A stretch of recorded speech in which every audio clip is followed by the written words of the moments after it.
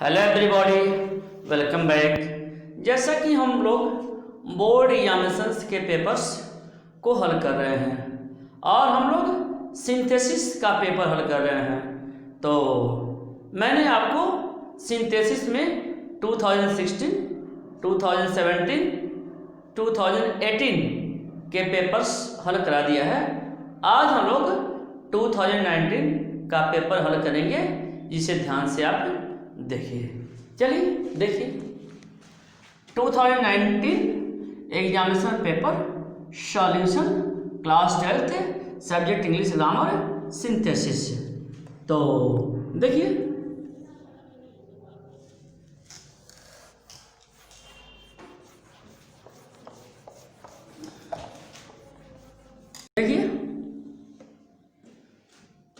Answer first का first. चलिए देखिए, she is very clever, nobody can B full her. Very का प्रयोग किया गया दूसरे क्लॉज में, निगेटिव है, यानी जब हम इसे सिंपल बदलेंगे तो क्या करेंगे, टू का प्रयोग करेंगे, यानी 110, यानी 2 TOO और TO2 का प्रयोग करके हम इसे बनाएंगे। देखिए, she is very clever, nobody can B full her, तो बन जाएगा शी इज वेरी क्या पर too clever to be full her,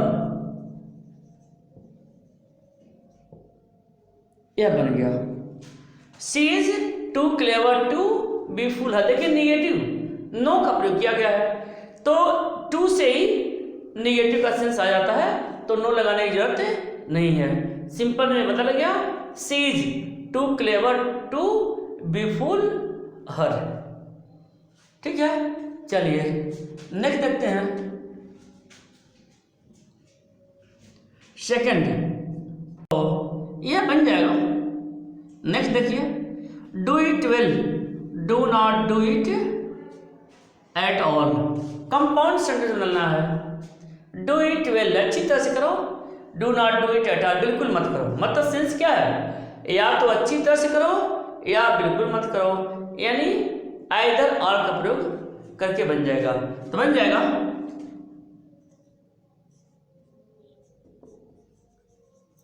either do it well. देखिए, आइदर डू इट वेल और don't do it at all, और don't do it at all. ठीक है, आइदर डू इट वेल और do not do it at all हो जाएगा, at all, यहां पे एट लगा हुआ एट ऑल। क्लियर, तो ये बन गया she is very clever, nobody can B full her. She is so clever to be fooled, she is too clever to be fooled. ठीक है, हम चाहें तो बाई एनी बॉडी चाहे एनी वन का प्रयोग कर सकते हैं, लेकिन उसकी कोई आवश्यकता नहीं है, ऐसे ही सेंस आ जा रहा है। Do it well, don't do it at all बन जाएगा आइदर डू इट वेल और don't do it at all. Clear, चलिए क्वेश्चन नंबर 2। तो देखिए, he is very slow, he can not win the race. कई बार मैं बता चुका हूं कि एक क्लास में वेरी का प्रयोग होता है, दूसरे क्लास में कैन नॉट या कुड नॉट का प्रयोग होता है, यानी दूसरा क्लास नेगेटिव होता है, जैसा कि इसके पहले वाला क्वेश्चन था। तो उस कंडीशन में इसकी जगह पर TO2 लग जाएगा और इसकी जगह पर जो है TO2 लग जाएगा, और ये कॉमन है, हट जाएगा, तो बन जाएगा इसको। देखिए आंसर 2 का first, he is too slow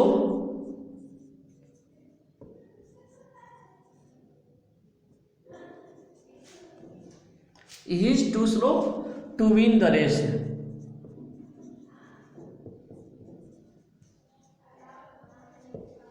बदल गया, he is too slow to win the race. तो ध्यान रखेंगे जब एक तरफ वेरी का प्रयोग हो, दूसरी तरफ कैन या कुड नॉट का प्रयोग हो, तो आप न्यू बनाएंगे। चलिए, the train was very late, we could not reach there, we could not reach there in time, we could not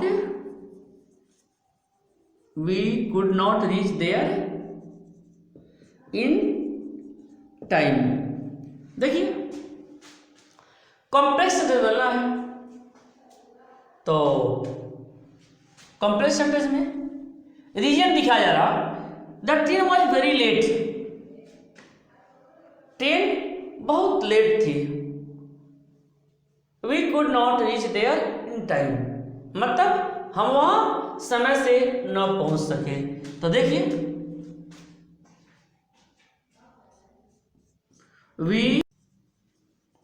we could not reach there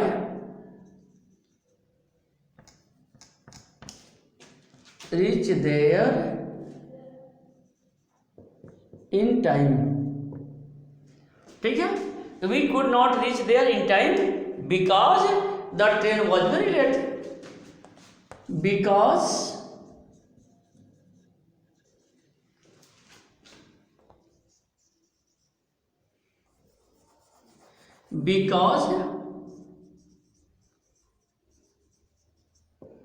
the train was very late। बदल गया, ये आपका complex sentence में हो गया, क्योंकि complex sentence में एक कंजंक्शन चाहिए, सबऑर्डिनेटिव कंजंक्शन बिकॉज हो गया, कम से कम दो फाइनाइट चाहिए, फाइनाइट वर्ब रीच हो गया और वाज हो गया, ये दो फाइनाइट वर्ब हो गया। या आप ऐसे कर सकते हैं, किसी में एक प्रिंसिपल क्लॉज हो गया और दूसरा सबऑर्डिनेट क्लॉज हो गया। चलिए, क्वेश्चन नंबर 3।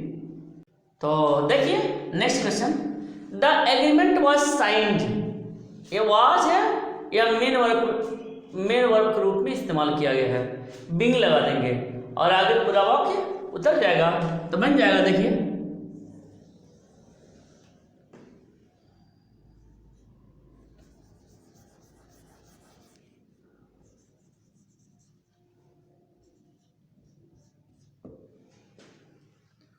the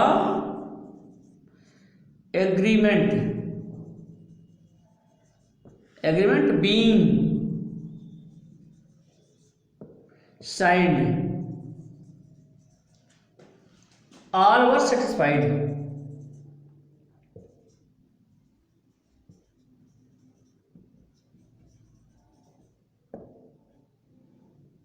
बन गया। तो द एग्रीमेंट वाज केवल बीइंग लग गया, द एग्रीमेंट बीइंग साइंड। ठीक है, the agreement being signed all were satisfied. यहाँ जो है, यहाँ पैसिव वॉइस में है, तो हैविंग बीन का प्रयोग करके भी बना सकते हैं, ज़्यादा सूटेबल रहेगा। चलिए, हैविंग बीन का प्रयोग कर बनाते हैं। The agreement having been signed, जब वाक्य पैसिव वॉइस में हो तो हैविंग बीन का प्रयोग किया करिए। The agreement was signed passive voice में है, तो the agreement having been signed, आगे बता दीजिए,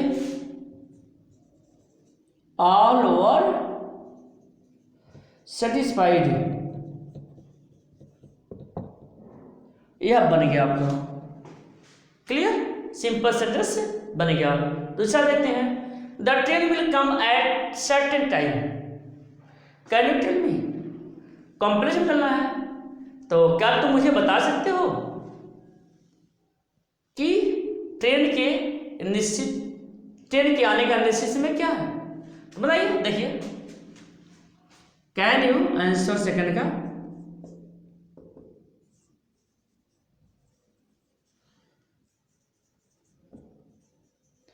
कैन यू टेल मी, देखिए can you tell me the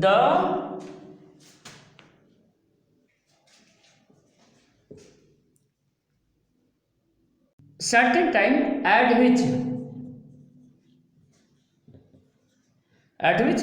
the train will come.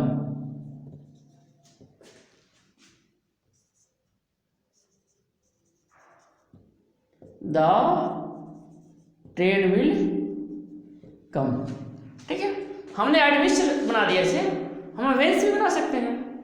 Can you tell me the certain time, can you tell me at the certain time when the train will come, when से भी बना सकते हैं।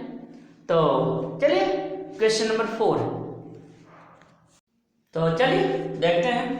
Tagore was a great poet, he wrote the Gitanjali. देखिए टैगोर के बारे में बताया जा रहा है, टैगोर को एक्सप्लेन किया जा रहा है, टैगोर की व्याख्या की जा रही है, ठीक है। तो इस कंडीशन में क्या करेंगे, Tagore comma a great poet comma wrote the Gitanjali, बन जाएगा आपका। तो बनाइए आंसर 4 का first, Tagore a great poet comma wrote the Geetanjali.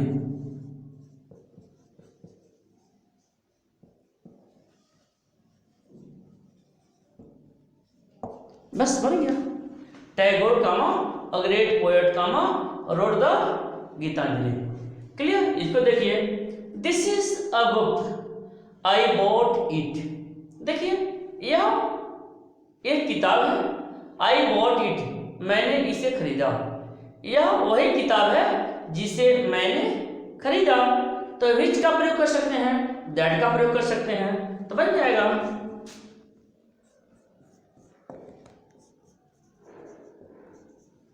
This is the book that I, तो this is the book that I bought, बन गया आपका एक कॉम्प्लेक्स सेंटेंस बन गया। दैट के लिए आप चाहें तो विच का भी प्रयोग कर सकते हैं, this is the book which I bought. तो चलिए क्वेश्चन नंबर 5, तो चलिए देखते हैं इसे। द थीफ वॉज कॉट, चोर को पकड़ा गया। The police return to the police station, police थाने वापस आई। क्लियर। तो देखिए क्या होगा इसमें, इसमें हम जो है परफेक्ट पार्टिसिपल का प्रयोग करेंगे, परफेक्ट पार्टिसिपल का प्रयोग करके बनाएंगे, तो ये बन जाएगा। तो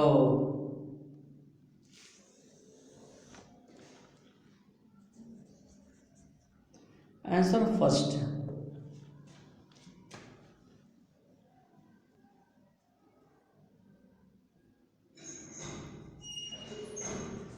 having caught the, देखिए having caught the thief,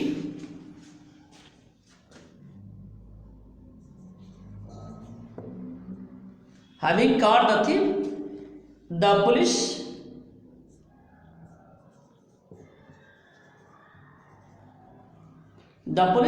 returned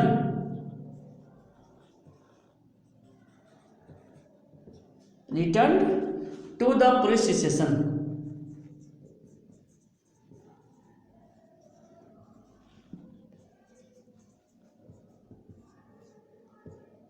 बस बन गया। Having caught the thief, the police returned to the police station, यह सिंपल सेंटेंस में बदल गया। चलिए इसे देखते हैं।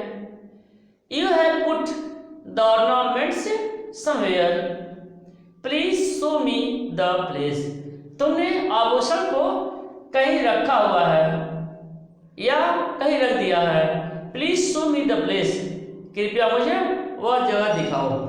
तो बना देंगे, कृपया मुझे वह जगह दिखाओ जहां तुम आभूषण को रखे हुए हो। बन जाएगा इसे। Please tell me the place.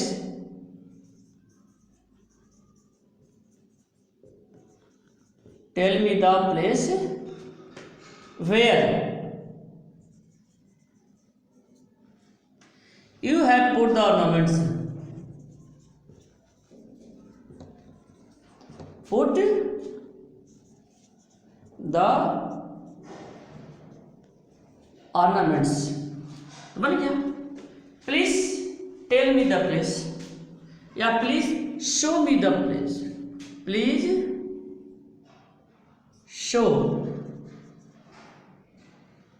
Please show me the place where you have put the ornaments.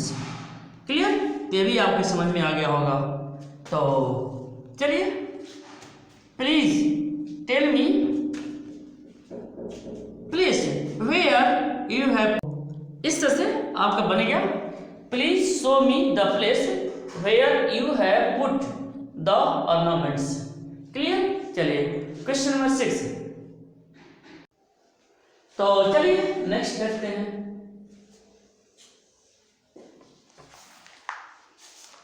Answer 6 का first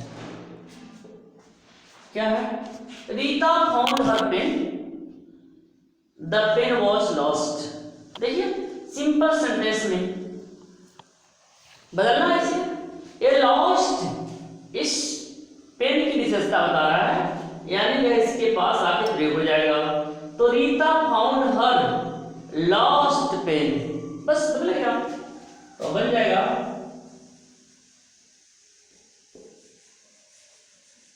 Rita found her lost pen. Simple है, कितना आसान। देखिए Rahul went to Kanpur, he met his friend there. Simple है, compound बदलना है इसको, तो इसे बनाना बहुत ही आसान है। एंड लगा दीजिए, एक नॉर्मल काम हो रहा है।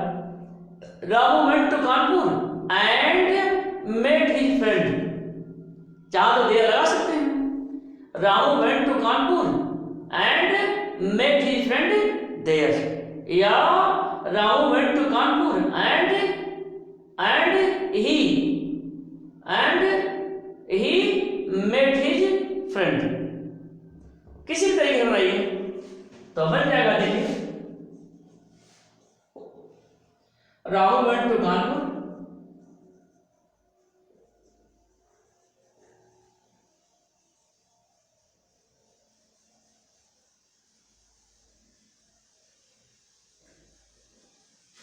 Ramu went to Kanpur and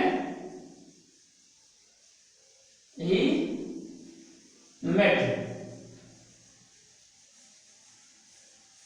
his friend and he met, okay? Ramu went to Kanpur, Ramu went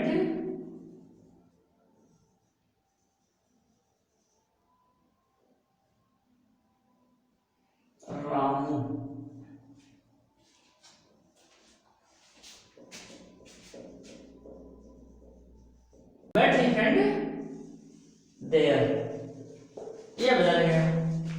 Ramu went to Kanpur and he met his friend there, clear?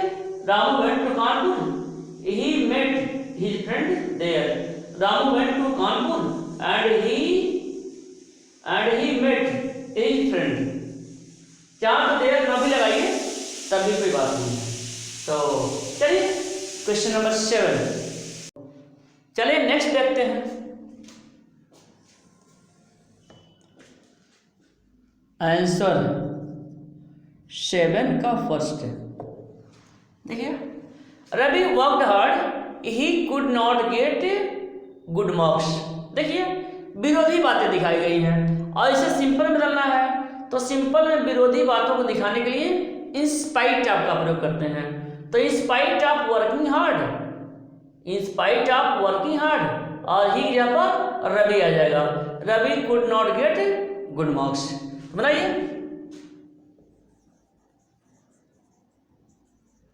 In spite of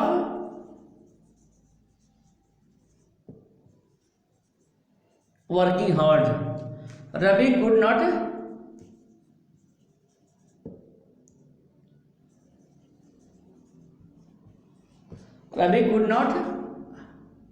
get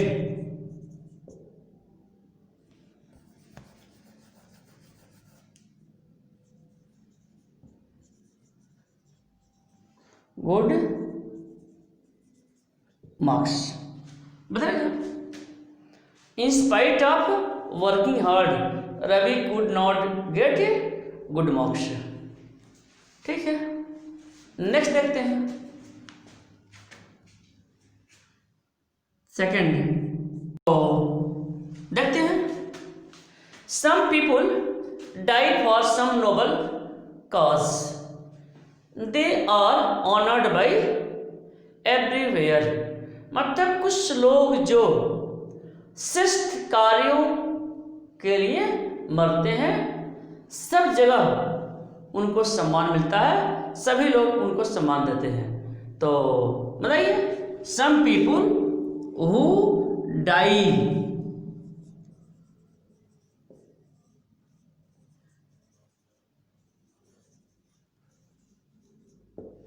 some people who die for noble cause,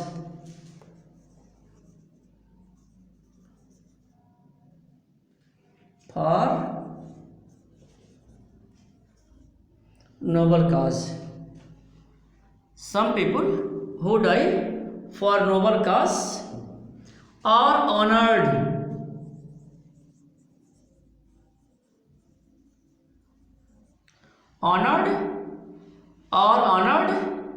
by everyone।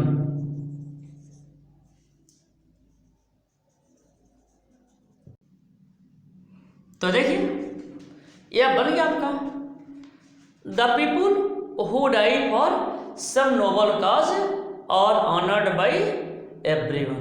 Clear, ये complex sentence में बन गया।